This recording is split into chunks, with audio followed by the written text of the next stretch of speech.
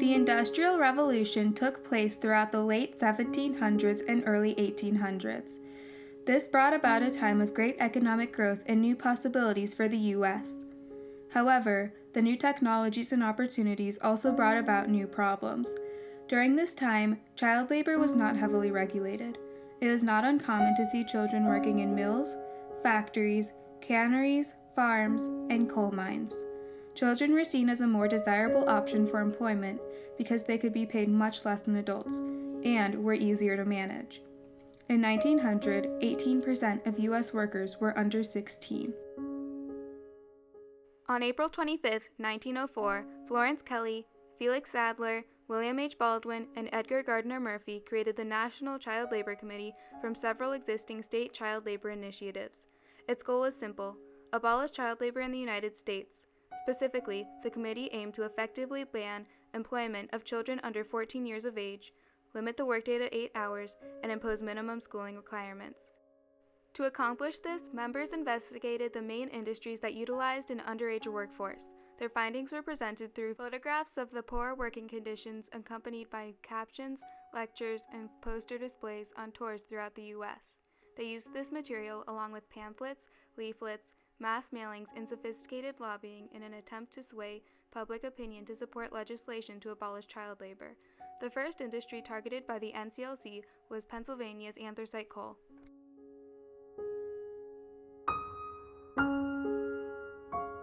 Anthracite coal was first discovered in South Pittston, Pennsylvania in the mid-1700s. Anthracite burns longer than other types of coal while producing virtually no emissions. It was used in the process of making steel, creating steam power for machine engines and trains, powering electricity plants, and heating homes. However, 3/4 of the world's known supply of anthracite at the time was located in a mere 500 square miles of northeastern Pennsylvania. This resulted in monumental opportunities for companies and a massive demand for labor. In 1885, Pennsylvania state laws banned children under 12 from working in breakers and children under 14 from working inside mines. However, these laws were easy to get around. In many cases, parents simply wrote a different age on their children's work certificates, as families needed money and breaker bosses only cared that a boy was big and fit enough to work. Children as young as 6, including thousands of 9 and 10-year-olds, worked 10-hour days for 6 days a week, earning as little as 45 cents, less than half the amount adults made. Because of these long hours, they didn't receive much in the way of education. The main jobs for boys were drivers, who took care of mules, nippers, who sat alone by the mine entrance and listened for mine cars, and breaker boys, who sat hunched over chutes of coal, moving downward at high speeds, picking out rocks with their bare hands, as the breaker bosses watched them, ready to jab them with a stick or broom if they slowed down or talked.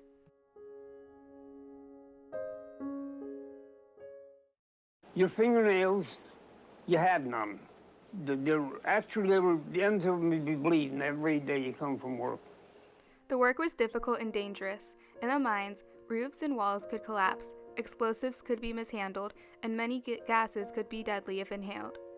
Nippers could easily lose fingers, hands, and legs. Breaker boys were sometimes ground in crushers, caught in machinery, or buried in streams of coal.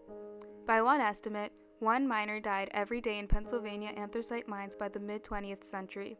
Work in both mines and breakers had long-term health risks, as the coal dust caused diseases like emphysema.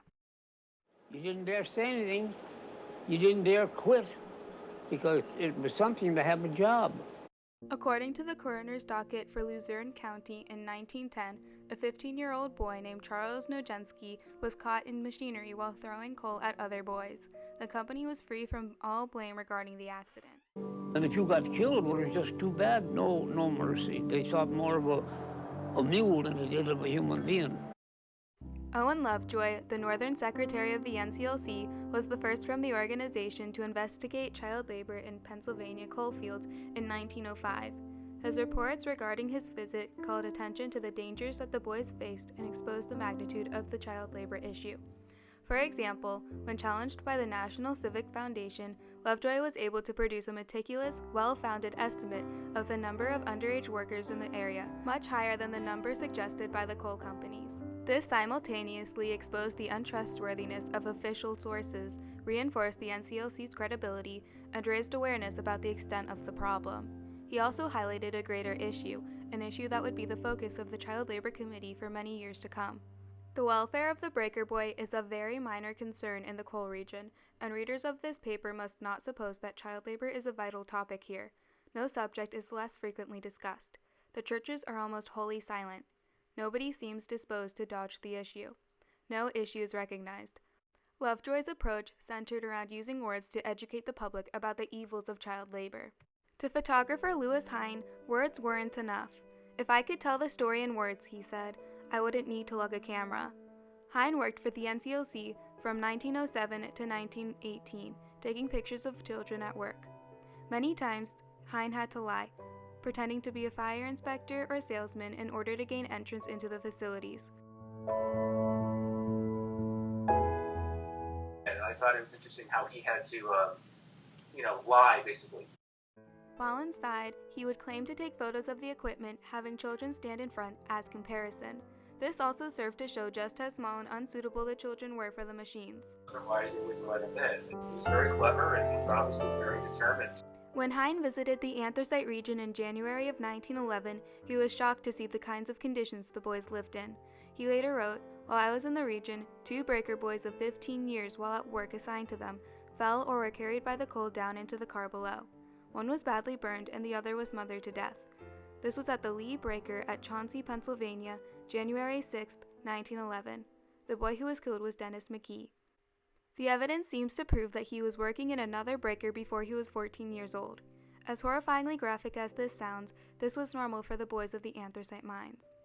As Walter Trotner put it, Hine's photos aroused public sentiment against child labor in a way that no printed page or public lecture could.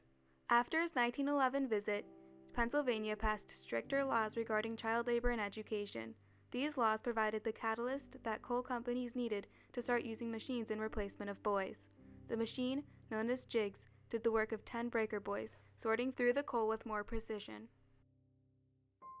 Even though it seemed like a small region, all that the NCLC was able to accomplish in the anthracite industry paved the way for future efforts in diminishing child labor.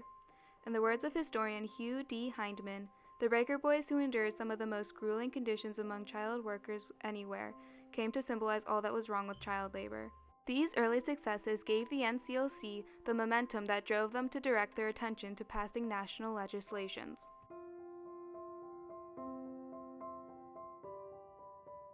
What they did was make the plight of working children visible. And, we don't always get what we fight for right away, but what they did was create that wedge. And that wedge then made it possible as they were fighting for the rights of children. That wedge then turned into legislation. The NCLC knew that effective legislations could only be passed if they had the support of the general public. In 1916, the Keating-Owen Act was passed. It declared the minimum age to work as 14 and limited work hours, even though it was deemed as unconstitutional in 1918, causing a federal law that addressed child labor was a huge step in the right direction. After several unsuccessful attempts at creating a federal law that would abolish child labor, the Fair Labor Standards Act of 1938 was finally passed, making it illegal for children under the age of 14 to work. Without the efforts of the NCLC, it is likely that an effective national law would have been significantly delayed. Many more children would have had to endure the hardships of child labor. As Owen Lovejoy put it, every mine center affords many examples of strong, young lives, full of energy, rich in possibilities that, if wisely directed, might help to inspire men to that social awakening which is the sole hope of our democracy. But they will not be wisely directed. They will be dwarfed by a daily round of monotonous slate picking. Because of the NCLC, children now have a brighter future ahead of them, filled with endless possibilities.